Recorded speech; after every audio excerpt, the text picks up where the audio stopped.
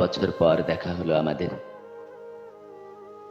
হুম, অনেক বছর। ঠিক মনে নেই। আচ্ছা, বছর হবে বলেন তো?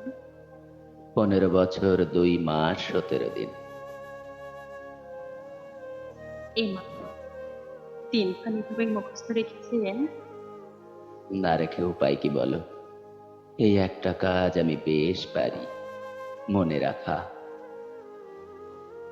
আচ্ছা, আর কি কি মনে রেখেছেন? পরীক্ষা নিতে চাইছো? না না না, ঠিক এমনি বললাম। জানি আপনার স্মরণ শক্তি বরাবর ভালো ছিল। কি ভালো স্টুডেন্ট ছিলেন। বাবা এক কি বলেন মাস্টার মশাই? আমার কথা তার মনে আছে? তোমার বেনির ফিতে খুলে দিয়েছিলাম বলে তোমার সে কি বিশ্রী কাণ্ড! অমনি তোমার বাবা কোথা থেকে লাঠি হাতে তেড়ে এলেন, সেই যে পালালাম। বৃষ্টি কাঁদতে আবার কি? আপনি বড্ড চালাতেন আমায়। ঠিক করেছিল বাবা, খুব ভালো হতো ওদিন পিঠে কথা বললে। হাসছো? হাসবো না বলছেন?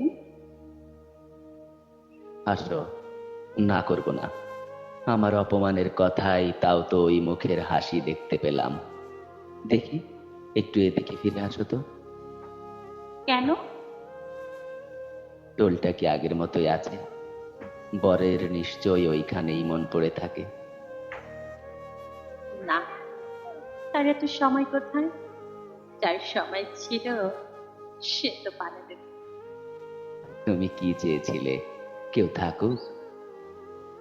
যাই কাছে হোক, ছেলের স্কুল ছুটি হবে একটু বাদ।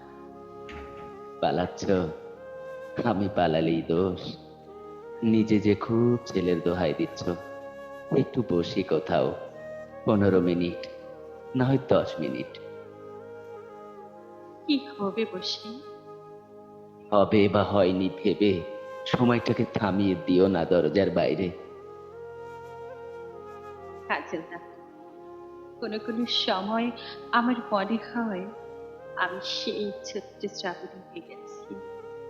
মায়ের জন্য পুজোর ফুল কুড়াতে তোমাদের বাগানে চুপ করে শাক দেখানো যেতাম।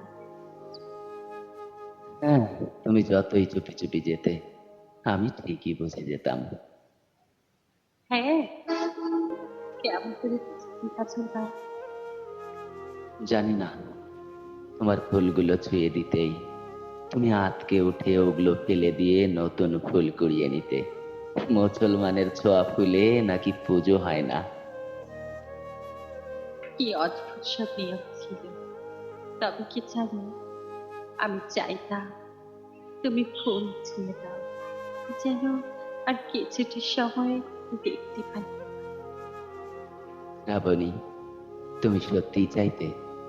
কেন বলনি? কেন? বললে কি হতো? পালিয়ে শহরে কলেজে ভর্তি হতে না? শহরের মেয়েদের পেট দিব্যি খুলে গেলে কি চাই ভালোবাসতে, বুঝি ভাবো বেশ ছিল। শ্রাবণী, বড় কাছে না। এগিয়েছিলাম, পাইনি। শাখা সিঁদুরে তোমাকে দেখবার সাহস হয়নি বলে ফিরে এসেছি তোমার শ্বশুর বাড়ির সামনে থেকে। তুমি ওখানে গিয়েছিলে, তবে কি বার ছিল সেদিন? বুধবার, ঠিক বলো বলো, আমি ঠিকই বলেছি কিনা? বলো কাছে, প্লিজ বলো। টের পেয়েছিলে তাহলে? বারান্দায় নতুন শাড়ির পেছনে একটা অবয়ব।